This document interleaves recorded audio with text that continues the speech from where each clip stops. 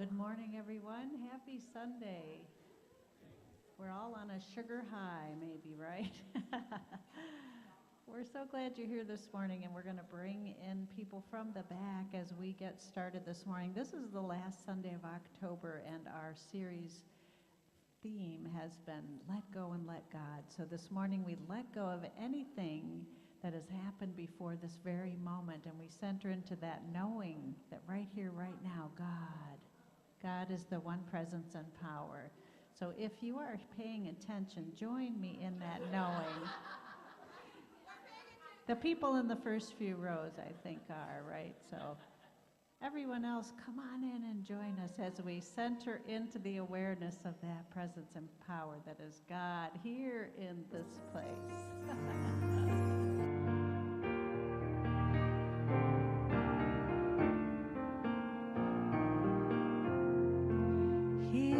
This place we come together, feeling the presence of God. Here in this place, one with each other, knowing who we really are. Then we are called to carry our light and shine it all over the world.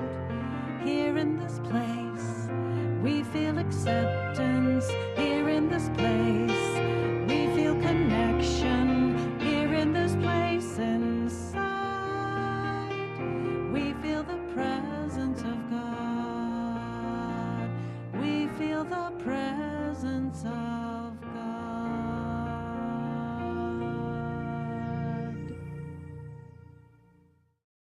When you walk in the doors, we have to pull you in here. Come on, service is ready. We need to catch up and be together. Well, good morning, friends. So good to have you here. Welcome, welcome to our vibrant community where love is our sanctuary as we joyfully allow God to express as us. My name is Susan, and I'm happy to be assisting Reverend John Paul Roach as your service coordinator today. Those folks on live stream aren't seeing our lovely congregants today wearing all their fun Halloween stuff, but we are seeing you and you're making us smile, so thank you. So we do welcome all of you live stream viewers, by golly, and extend a special welcome. So whether you're joining us from there or here, we know that we feel your presence and are holding you in prayer and in our hearts.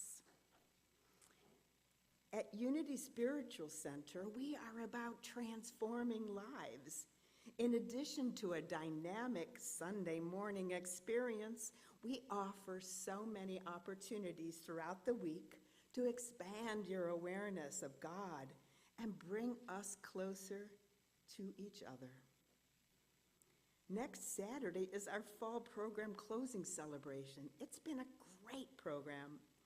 You'll be able to meet the author at the cocktail party from 5:30 to 6:30.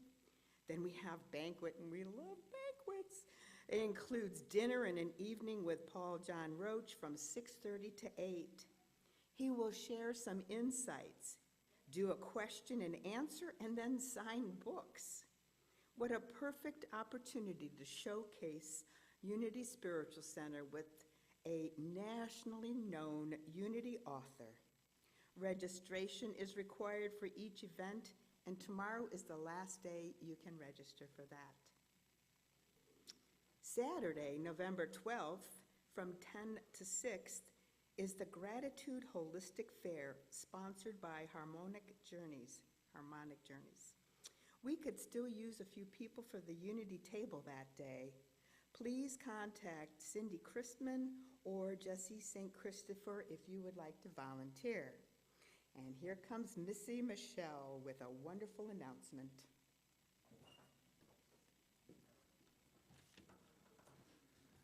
Good morning.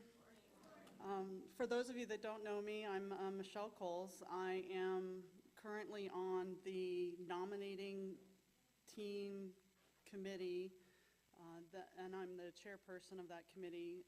The purpose of that committee is to find candidates to be on the Endowment Fund Board or the Board of Trustees for Unity Spiritual Center.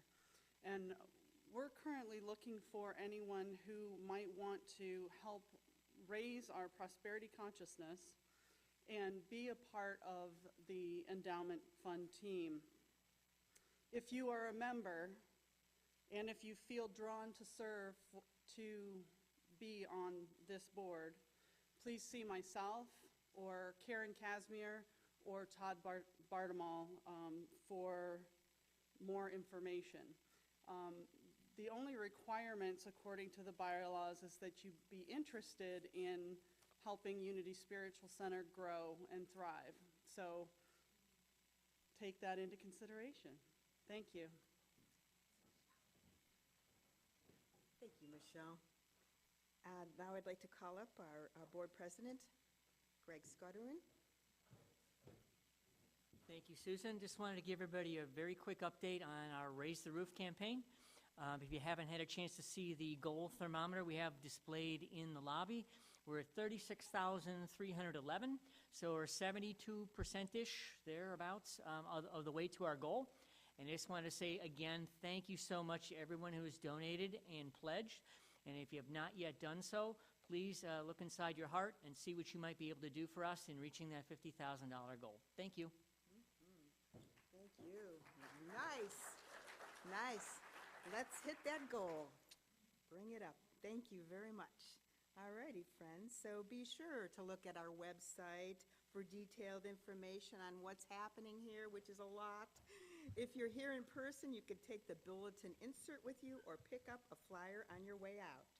So let's get started with this morning and stand and celebrate our celebration song. Sell it and celebrate it, because Paul will be with us here next week, and this is your last chance to practice so that we can show him what we do here at Unity Spiritual Center. One Power by Daniel Nahmod. Are you ready? One power, one power, one power. There's one power invisible, and you see it everywhere and every day. You sound so good this morning. One power indescribable, and just speak of it with every word you say. Mysterious until you know the truth, as simple as the love inside of you. Call it God, call it Spirit, call it Jesus, call it Lord, call it Buddha, Bahalua, angel's wings or heaven's door. But whatever name you give it, it's all one power, can't you see? The power of the Lord in you and me. One power, one power, one power. We speak so many languages, different clothing, different colors, different names. But difference only dangerous when we forget that in our hearts we're all the same. We'll remember once we close our eyes to see that such distances were never meant to be. Here we go. This is my favorite part. Call it God, call it Spirit, call it Jesus, call it Lord, call it Buddha, Bahalua, Hashem, or heaven's door. It's Muhammad, it's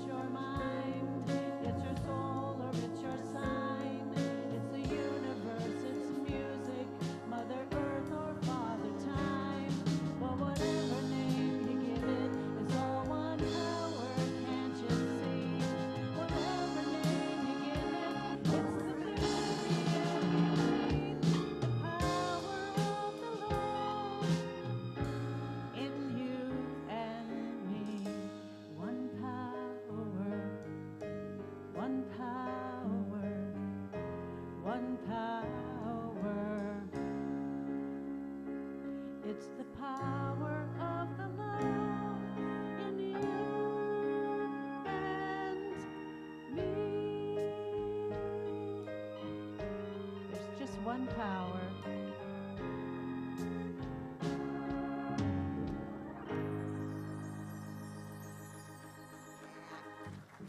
Thank you, Bon. Good job. What a perfect song for our program, and we are going to impress Reverend Roach big time. So thank you, friends. Please remain standing, and let's affirm and confirm this affirmation. As I let go and let God be God as me, I see only good in the circumstances of my life. And so it is. Thank you, friends.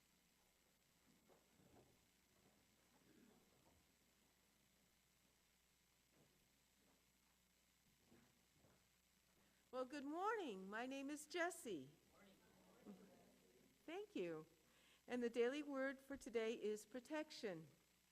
And the affirmation is, God is here. I am safe. Once in a while, I enjoy doing things that frighten me. Sharing ghost stories around a campfire, watching a spooky movie, even savoring the uneasy feeling just before thundering down the first hill of a roller coaster. All these things can feel scary, even though I know I'm in no real danger. If I begin to feel unsafe in any situation, I remember that right where I am, God is. Breathing out, I release tension. My body relaxes. Fearful thoughts begin to dissolve. Breathing in, I think more clearly. Slowly, I regain renewed strength and peace of mind. My confidence returns as I remember that nothing in the world can prevail against the strength, the wisdom, and the love of God. The scripture from today is from Psalm 23, verse 4. Even though I walk through the darkest valley, I fear no evil, for you are with me. Your rod and your staff, they comfort me. Let us repeat the affirmation together. God is here. I am safe. And so let's take that idea into our time of meditation and prayer by continuing that thought, I am the one within you.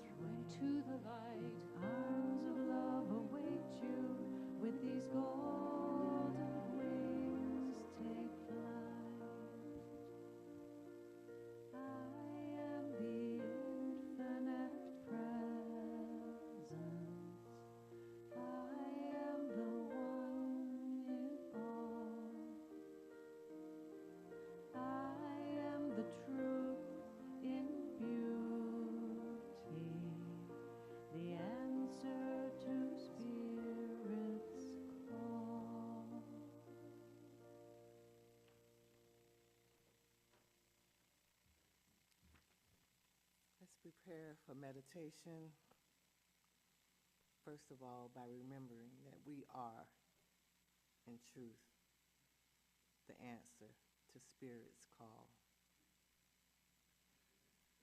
So settle into a comfortable position. Take a deep, cleansing breath, and slowly exhale. Know and feel the presence of God's love as it surrounds and enfolds you now. You feel a deep sense of peace.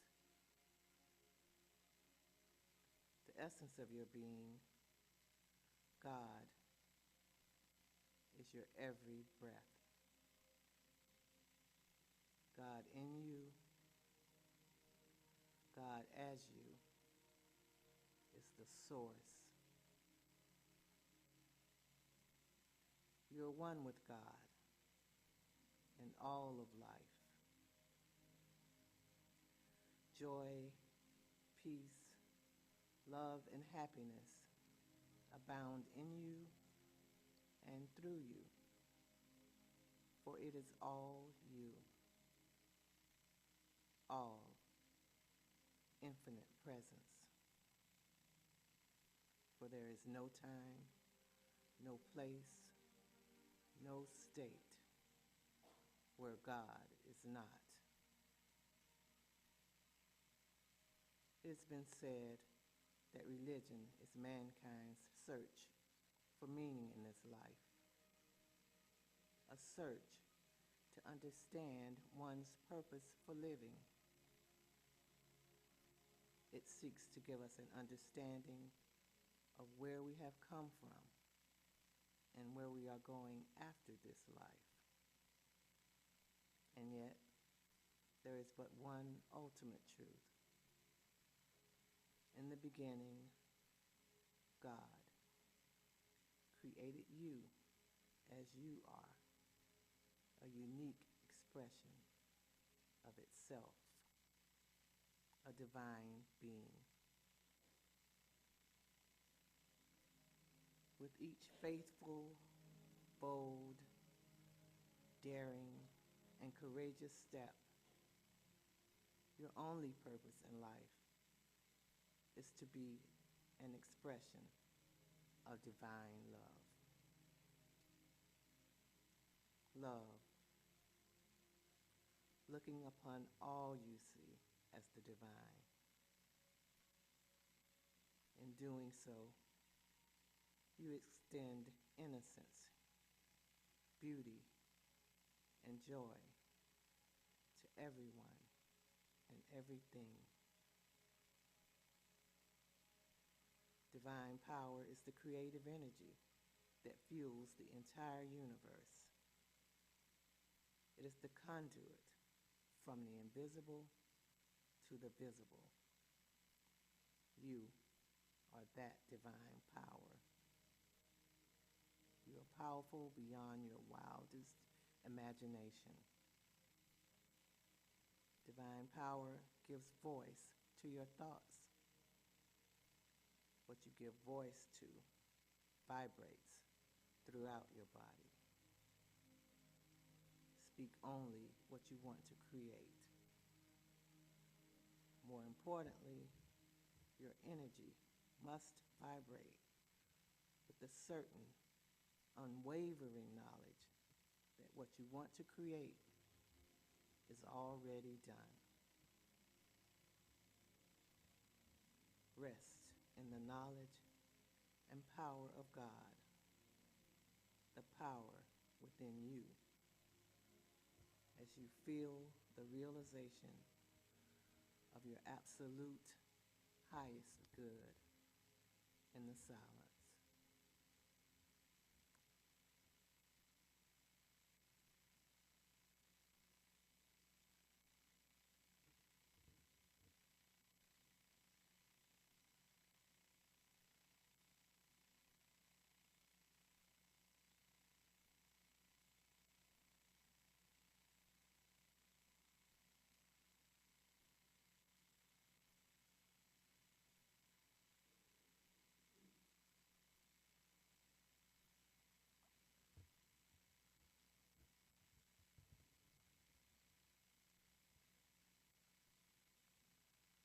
Slowly return to this sacred space and remember that you are the divine.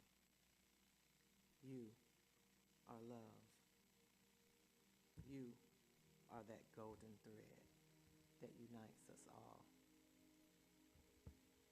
The spirit of divine love will now join together for affirmative prayer.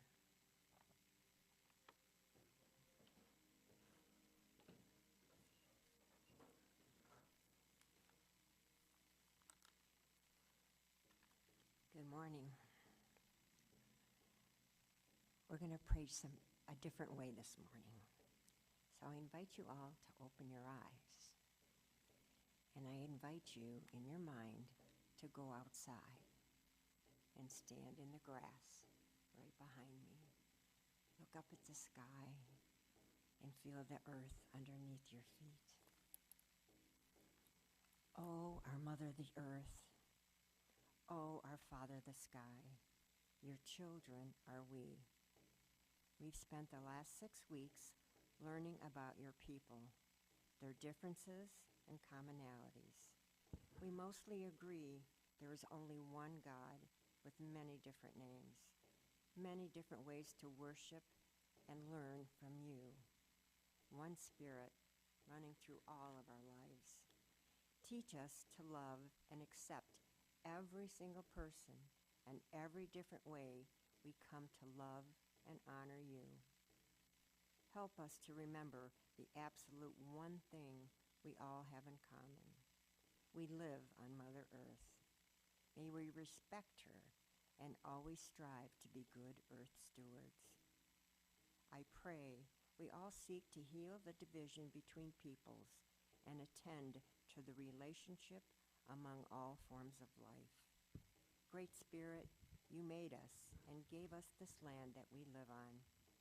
Guide us to living well and heal our body, mind, and spirit.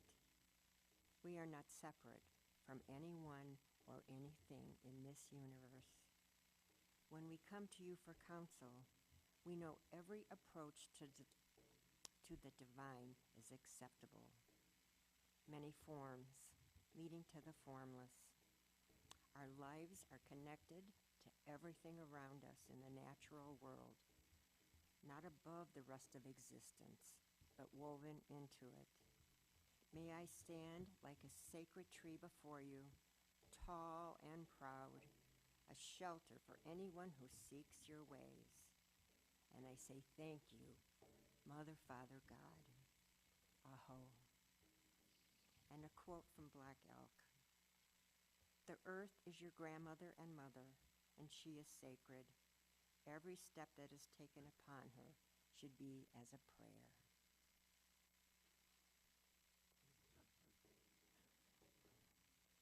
So you can come back into the building now and join me in the October community prayer.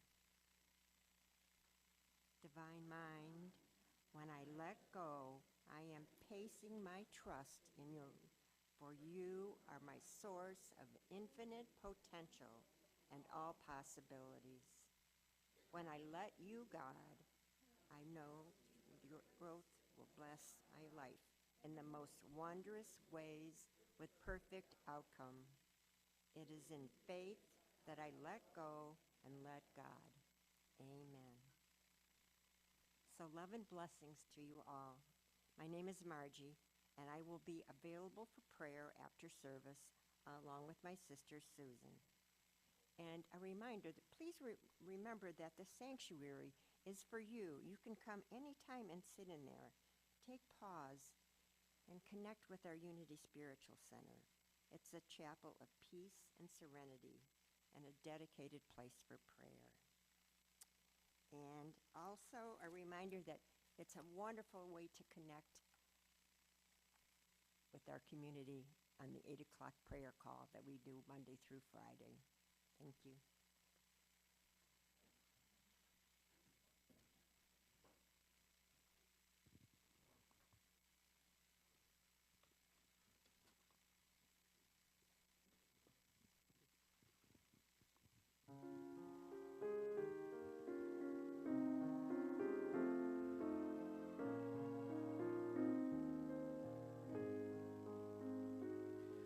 Call it spirit, call it life, call it anything you like. Call it Father, call it Son, but call it love.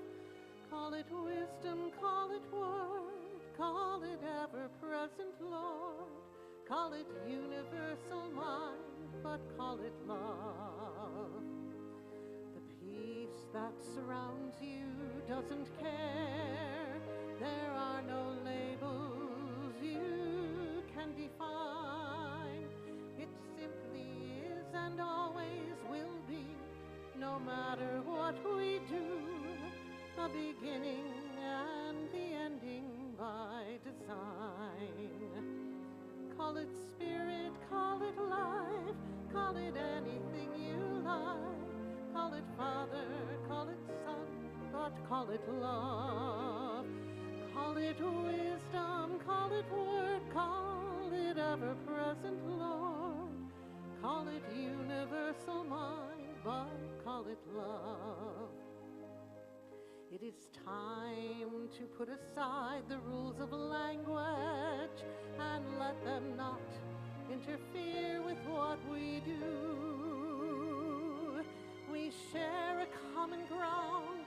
There's enough to go around. Nobody has a market on the truth.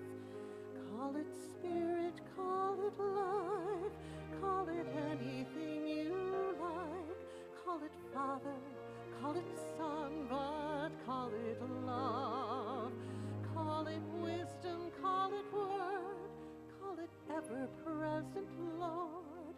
Call it universal mind, but call it love. You call it Allah, I'll call it God. You call it Jesus, I'll call it the one, the source of power, center of us all. First and last and always, call it love. First and last and always, call it love. Just call it love.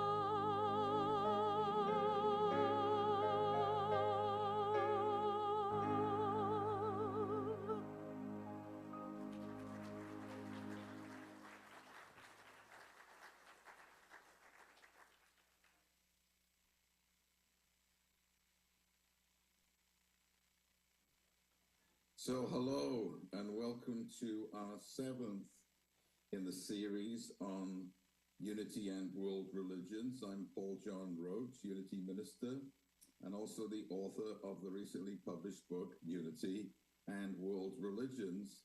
And today we're going to look at a smorgasbord of religions and spiritual practices over and above the 6 major religions we discussed in previous weeks.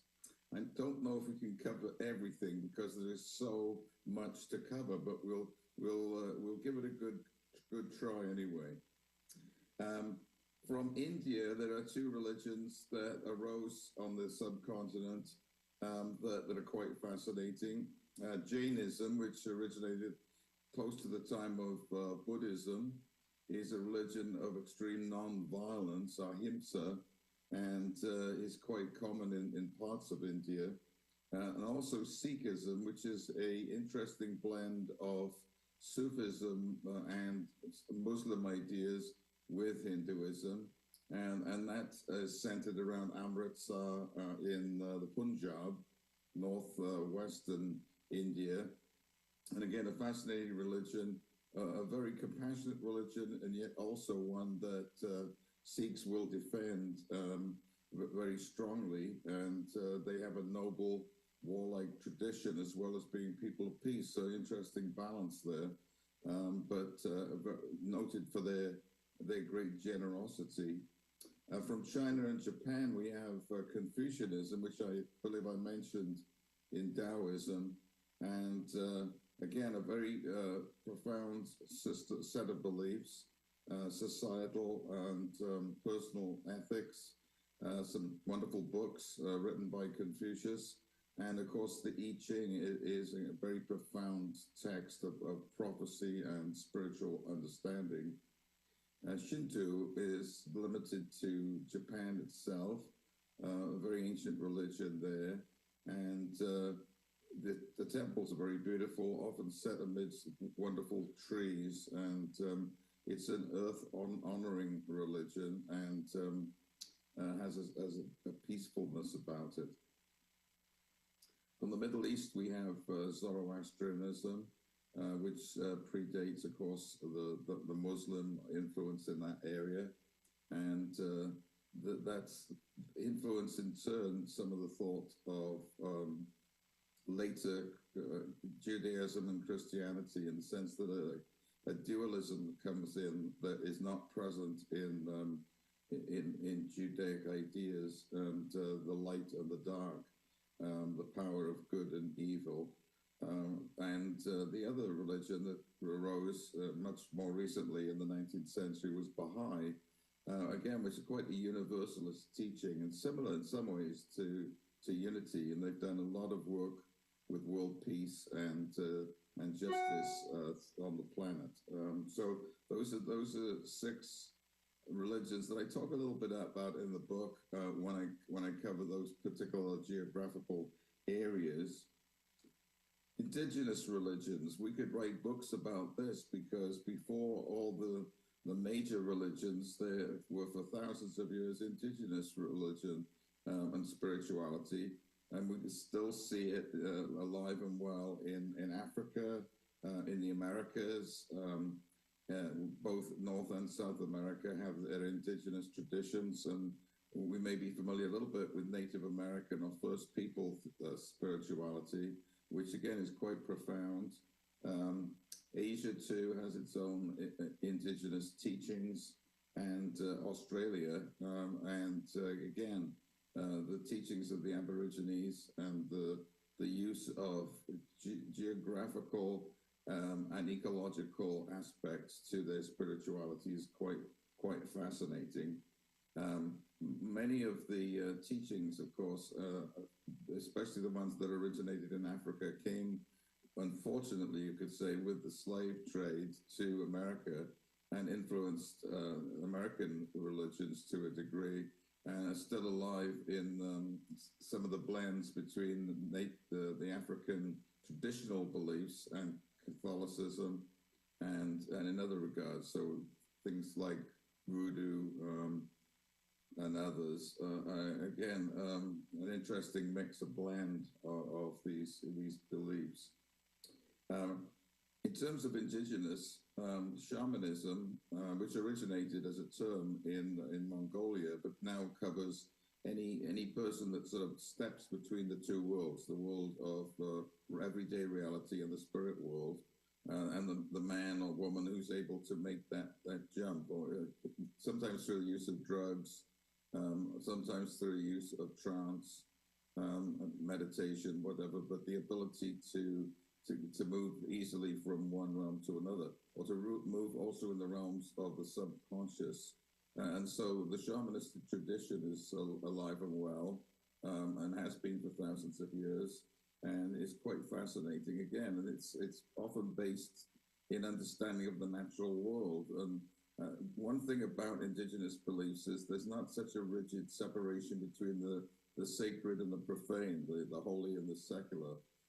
They're one, and they interpenetrate each other.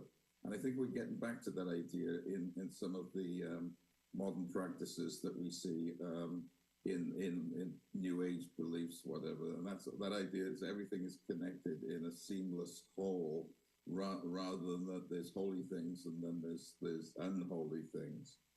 So I find that quite interesting too. Ancient paths, including shamanism, it's ancient and modern, but ancient paths that have given rise to very profound and important religions at the time, but ones that are now in the history books, or we study maybe in an intellectual sense. I'm thinking of the Babylonian and Egyptian systems of belief, again, which have influenced the Bible. And there's many myths in the Babylonian that are also in the early parts of the Bible itself, which is fascinating. We're also talking about ancient Greek, Persian, and Roman understandings.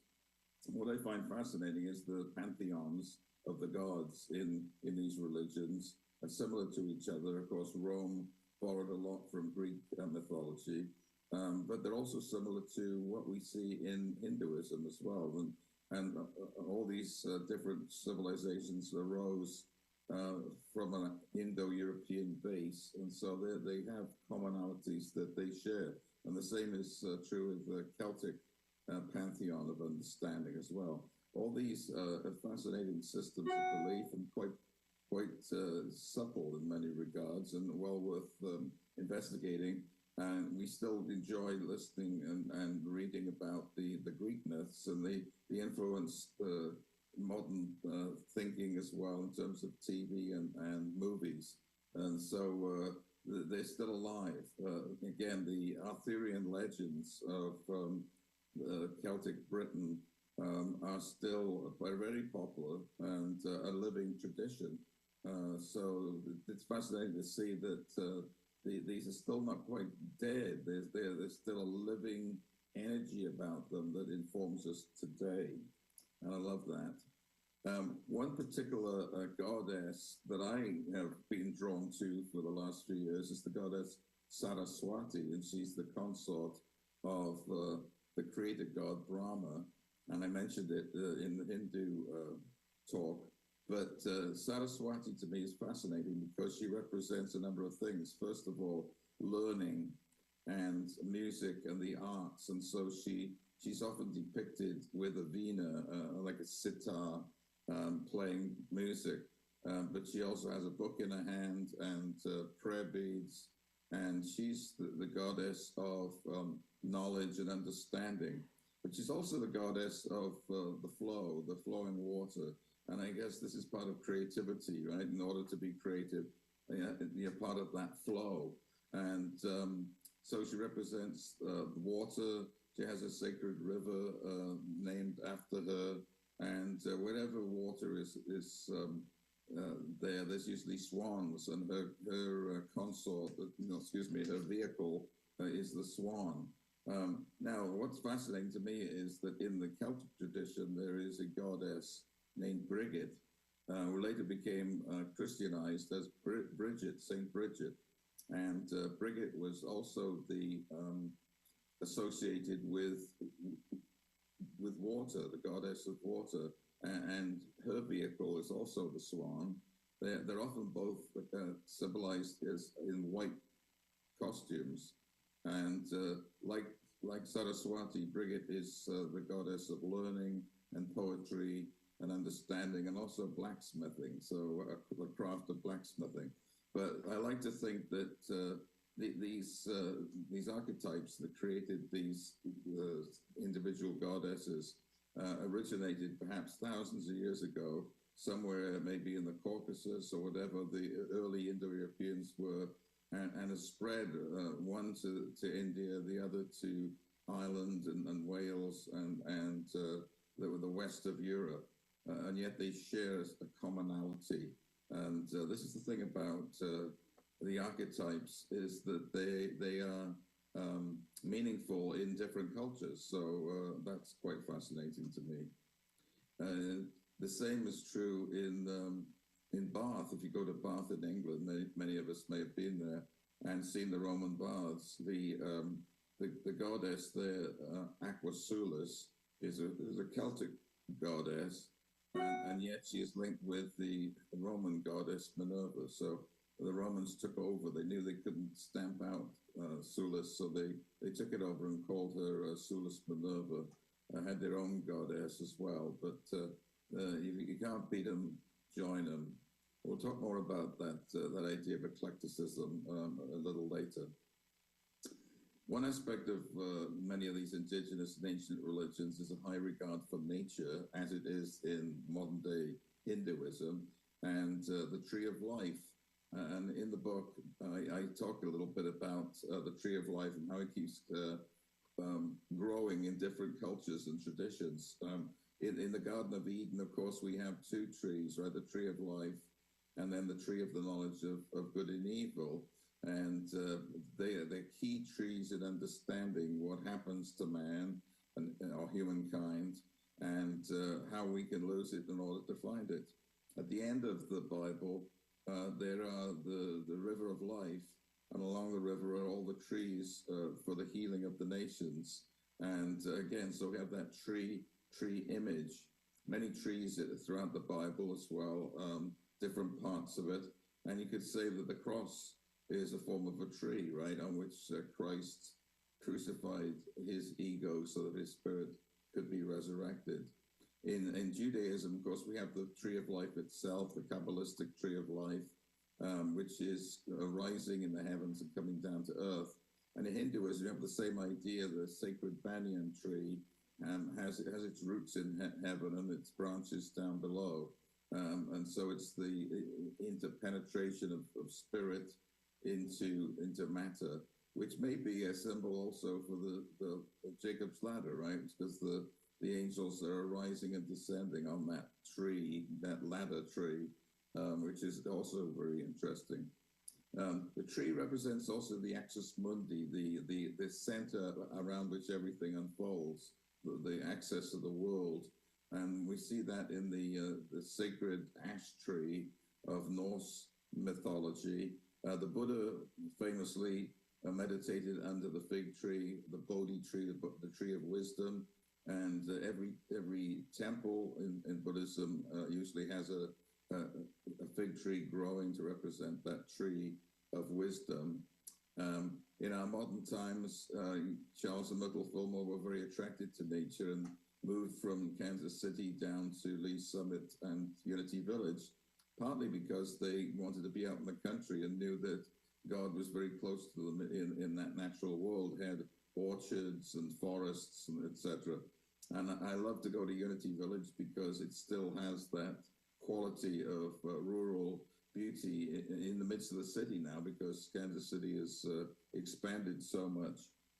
So the tree of life, very much alive. And for me, trees are magnificent beings. And we see it even in our modern stories. Lord of the Rings, for instance, talks a lot about trees, and it even has trees that can walk, right? The Ents. And they're very wise because they're patient and enduring.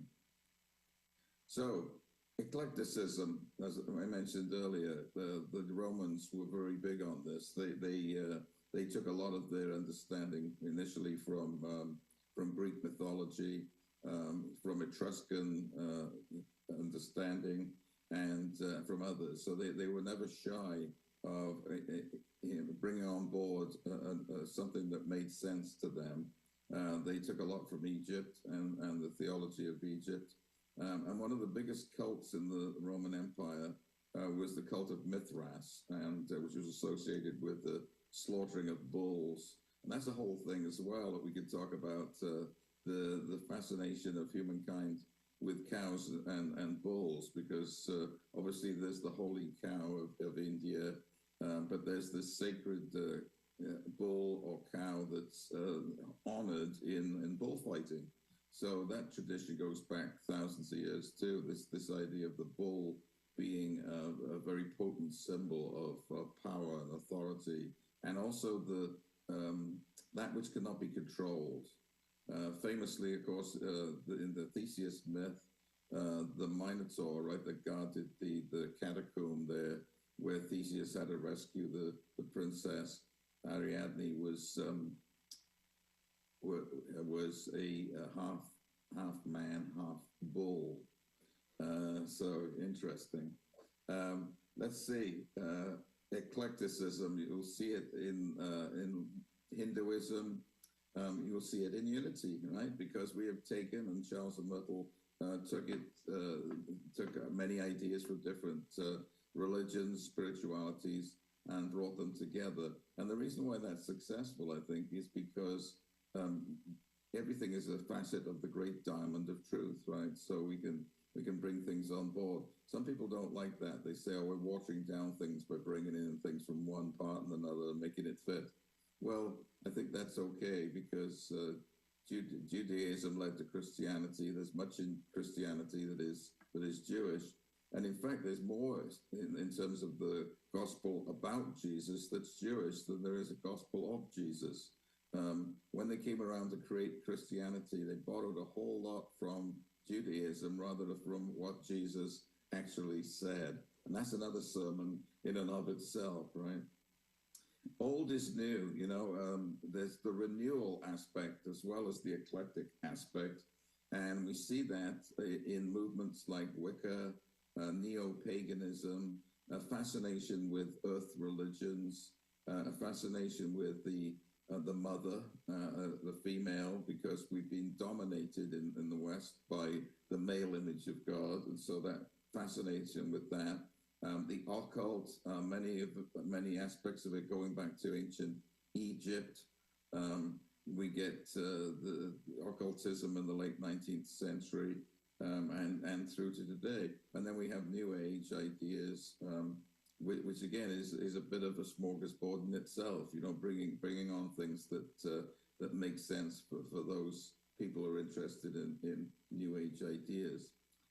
I think we're a little different from New Age and New Thought because we're more interiorly focused. We're talking about the Christ or the Spirit within, rather than things in the outer like crystals or divination or whatever, which is fine. But our tendency is to focus on the wholeness that's already within us. But I think you can use both. I love the Tarot deck, for instance, which is a fascinating system, not just of divination, but of a deep understanding of our own psyche. So that's good too.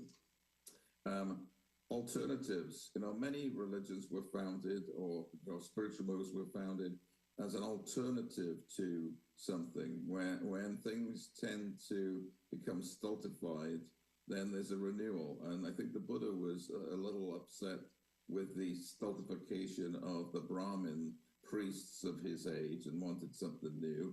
In fact, Hinduism itself renewed itself through the Upanishad writings, which again were not in opposition, but to fulfill something deeper than just the ritualistic Brahmin priest. And we'll see that in the history of Christianity. Of course, the Society of Friends, sometimes called the Quakers, rose out of the Church of England to get back to the true light, the inner light. And were not allowed to go to church in churches, and so they preached outdoors. And George Fox, the founder, would preach up to 10,000 people, and so did Charles and John Wesley, by the way, who founded Methodism. Again, another renewing movement. We think of Methodism today as quite mainstream, but back then it was radical, and they wouldn't let him preach at a church either. So John Wesley would often speak to up to 50,000 people outdoors. So an amazing renewal movement there. We can go on. Part of the renewal is get back to healthy-mindedness, because we can become too dependent sometimes and on the systems, right, and the rituals. And rather than that, we want to get back to what's really true. And so there's this healthy-mindedness that William James talked about in his wonderful book, Varieties of Religious Experience. And that's the hallmark of a healthy soul versus a sick soul. And I should point out maybe that, unfortunately, we're easily led astray. And in the smorgasbord, there have been some movements that have been less than healthy-minded and have led to sad events. Jim Jones in Guyana, I guess, is one of the ones that we think of most keenly, because so many people died as a result of them drinking the Kool-Aid, right? And it's become a phrase, isn't it, where we don't think anymore. We turn our minds off and do what some leader tells us to do, whether it makes sense or not. So part of the spiritual path is to be wise, to be skillful, and not to fall for traps, even though they sound good at the time. Unitarianism and then Universalism, which were two separate entities but joined together, is an interesting path too. It has some similarities with unity, very liberal, open-minded, but doesn't have the Trinity, hence its name Unitarian. But that's attractive to people who are spiritual but not religious. Another movement that had great success here in the States is the Anabaptist movement, the Amish, the Mennonites, and then we have some homegrown ones too, right? Mormonism, which is quite popular in certain parts of the States, and others like Scientology, which has a bit more of a checkered history. But again, some people find it fascinating, and it has links to unity in some regards, because it talks about clarifying and clearing our consciousness, etc. But there's a little more mind control involved with it, in my humble opinion. Spiritual but not religious, is a term that has been talked about in recent years for people who are tired of being told what to do and want to have a spiritual life, but have their own spiritual life rather than somebody else's. And so that's been an interesting movement, and many Unity people, I think, are part of that spiritual but not religious. And those people are interested in ecology, the idea of the Gaia hypothesis, the wholeness of the earth. And this is especially powerful and important during climate change. Secular humanism and even atheism, right, can be a form of belief. And I think all these are acceptable, aren't they? Because they're just ways of approaching the mystery and trying to find meaning in life. Let me close with one that I particularly like, and that's Dudeism. And Dudeism came out of the film The Big Lebowski, where the main character is the dude, and he's a hapless fella. He's a little bit of a slacker, but you got to love him. He takes life real easy does it kind of thing. And one of his favorite lines is "the dude abides," and this is part of Dudeism. And I understand it was founded, 20 some years ago, and now there's almost 500,000 Dudist priests that can marry people, etc. And the Day of the Dude is March 6th, I believe, and it's meant to be fun and lighthearted. It takes ideas from New Age, from Taoism, from Buddhism, and Jeff Bridges, who played the dude in the movie, actually sat down with a Zen master, and they wrote a book together, The Dude and the Zen Priest, the Zen master, which makes interesting reading too. I'm sure there's many more. I know there's many more in our overview here, and you may have a path that you're particularly interested in. Certain religions seem to push up new ideas commonly, especially in Hinduism, Buddhism. There's new teachers, new fragrances, new ways of looking that are quite fascinating. Pema Chodron in Buddhism, for instance, she's a Tibetan Buddhist, but is teaching her own particular understanding, which is very wonderful. And there are other gurus that we may know of that are active right now that have come out of India. And I think that's part of the smorgasbord, isn't it? It's endlessly renewing.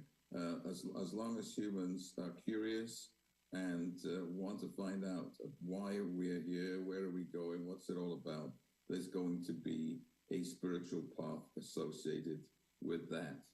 So there's our smorgasbord. Next week, we are at the final talk, and that will be on the future of religion. Where is it going? So join me for that. And in the meantime, have a wonderful week. Bye-bye now.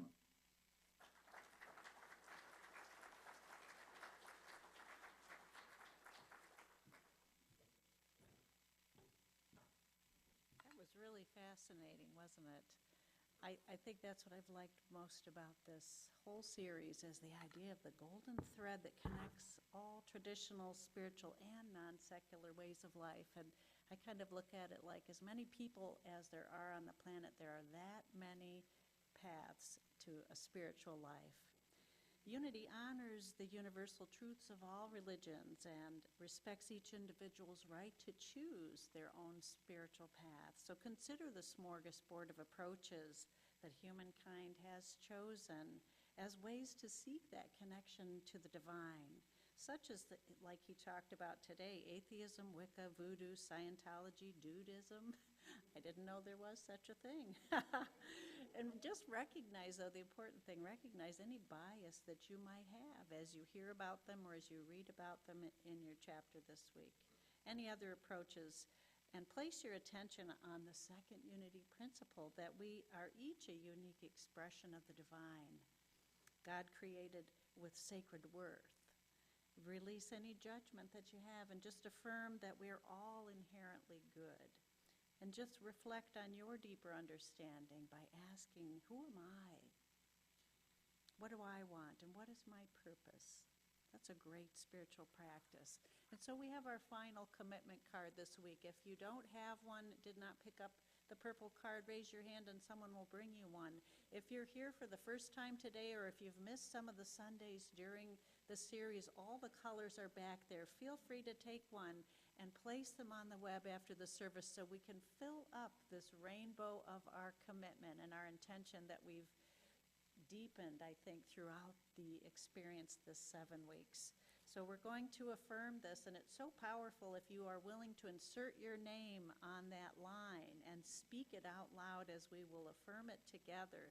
So it's up here, but stick your own name in there, I, and then name your name as your own intention. So let's say that together. Are you ready? Together.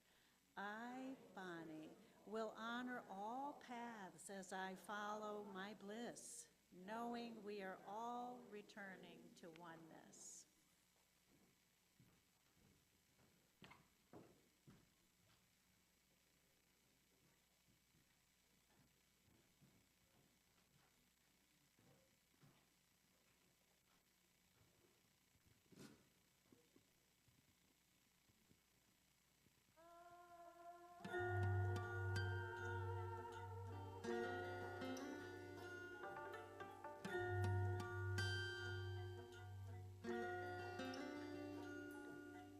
Wanna get away to a distant land, reality's written in a different hand.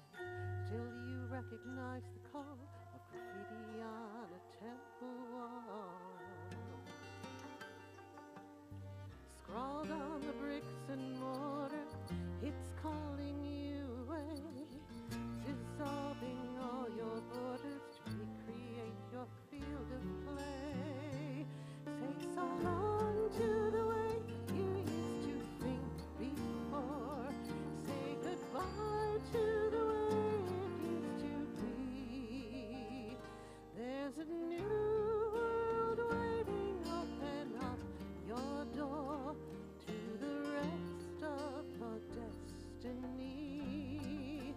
Say yes to the rest of your destiny.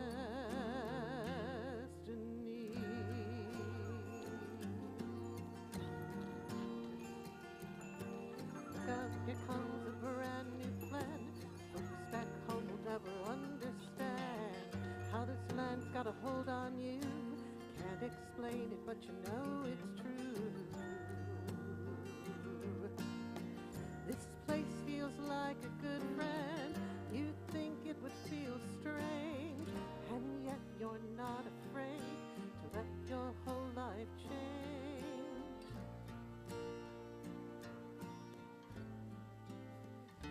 Say goodbye to the way your whole life used to be. Say so long to the things you used to think. There's a new world waiting, open up your door to the rest of your destiny. Say yes to the rest of your destiny.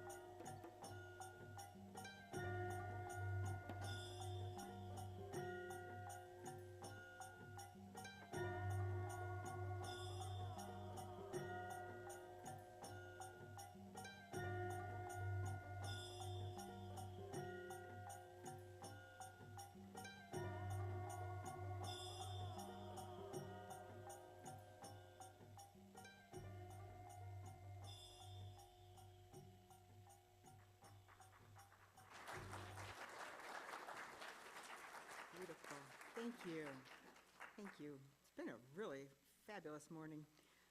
And collectively, we have been uplifted and inspired by our shared experience this morning. From this raised awareness of the truth of who we are, breathe in the feeling of gratitude and joy. Thankful gratitude. Yes. In that consciousness, we turn now to the spiritual practice of generosity as we share our financial gifts. Friends, there is power in community as each individual shares from a place of gratitude and love for us here at Unity Spiritual Center. In this beloved community, you can bring your whole self and be affirmed as the divine light that you are. As you give generously, you multiply your blessing by assuring these affirmative teachings will be available through Unity Spiritual Center for years to come. We are grateful for the way you make a difference here. If you are sharing your gift and service, please hold it in your hands. If you give with a credit card, including through the donate button on our Facebook page, please hold your gift in your heart. And we bless this offering as we affirm together. I am one with and now realize divine abundance. Say that one more time. Yeah, I was going to say, did I hear anybody? I'm sorry. I was inviting you to join me. Let's do it again. I am one with and now realize divine abundance. And so as you each follow on your own spiritual path, whatever that is for you, and take one step toward it, that is how we create peace on earth. So as the offering comes forward, feel free to stand up as we take one more step together.